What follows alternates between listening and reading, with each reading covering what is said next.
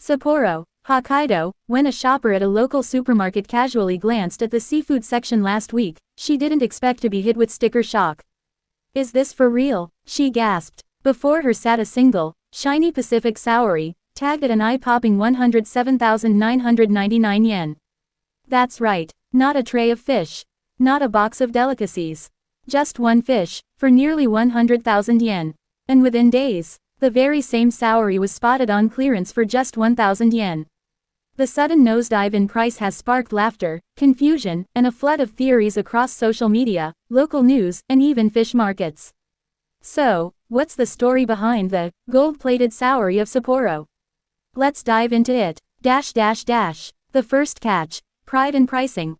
The fish in question was part of the first catch of the season, freshly landed at Kushiro Port, a place long known as a hub for Pacific Sauri, or sanma, as it's known in Japanese. In fishing culture, first catches are symbolic. They're prized for their freshness, appearance, and the prestige that comes with being the first to market.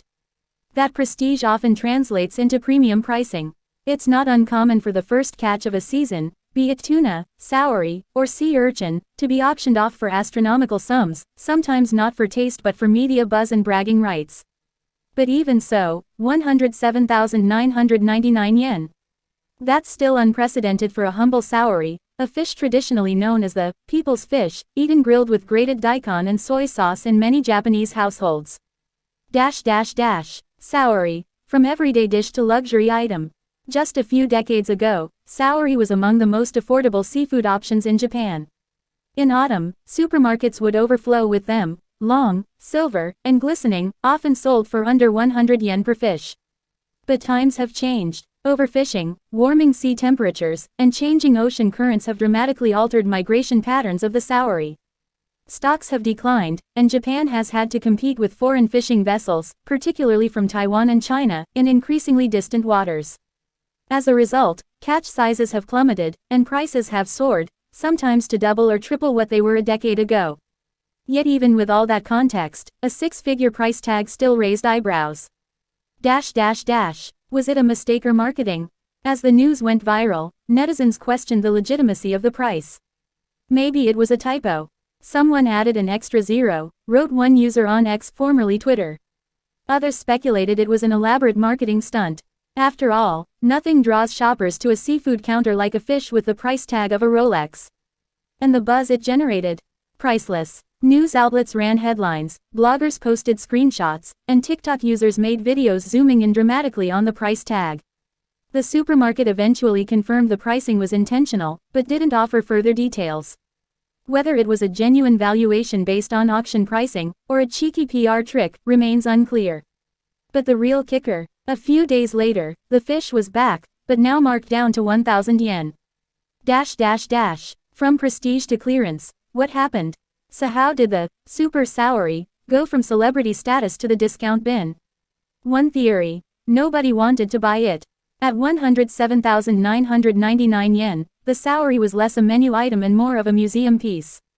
But supermarkets aren't museums. Unsold fish eventually need to be cleared. After days of sitting in the display, likely flash frozen and preserved, the only way to avoid waste was to drastically cut the price. For shoppers, it was the ultimate deal. 99% off seafood royalty. It's like buying a luxury car at K-car prices, joked one Sapporo local. Sauri economics. A fishy forecast. This fishy episode may seem like a one-off, but it shines a light on broader problems in Japan's seafood industry. The Pacific sauri catch has seen record lows in recent years. According to Japan's fisheries agency, sauri hauls in 2024 were less than 1/10 of what they were in the early 2000s. Even fishermen who've worked the sea for 30 years say they've never seen it this bad. Environmental factors like El Niño, pollution, and plankton decline are affecting not only sauri but a wide range of migratory fish species. And with climate change progressing, there's no guarantee next year's first catch won't be even smaller and more expensive. Public reaction, humor, outrage, and nostalgia. The public response has ranged from hilarious to heartbreaking. Some saw the situation as absurd humor. Memes were shared showing a sauri seated in a luxury car, or wearing a crown. Others expressed frustration. This used to be the fish we ate in school lunches. Now it's priced like it's made of diamonds, said a Hokkaido teacher. Elderly residents reminisced about the post-war years, when a bowl of rice and grilled sauri was a symbol of recovery. Today, many feel it's become a symbol of loss, both in affordability and environmental stability. The future of sauri, will it remain Japan's favorite? With prices rising, and catch sizes shrinking, some worry that sauri may become a seasonal delicacy rather than an everyday dish. Restaurants are already scaling back. Bento shops that once featured grilled sauri as a staple are substituting with cheaper alternatives like mackerel or sardines. And consumers are adjusting too. More are turning to frozen imports, or giving up on sauri entirely. Still, hope remains. Government efforts to regulate foreign fishing, restore stocks, and invest in sustainable aquaculture are slowly gaining ground. One Tokyo chef believes the buzz around the 100,000 yen sauri could actually help. If it reminds people how precious our seafood is, and we start treating the ocean with more respect, then maybe that fish was worth every yen, he said. Conclusion. A fish that sparked a conversation. In the end, this isn't just the tale of an overpriced fish. It's a reflection of changing oceans, changing tastes, and the tension between tradition and modernity in Japan's seafood culture.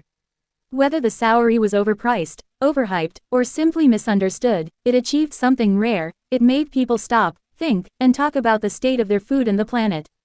And for that alone, perhaps it really was worth 107,999 yen. Byline. Kenji Morita, staff writer, Hokkaido News Tribune.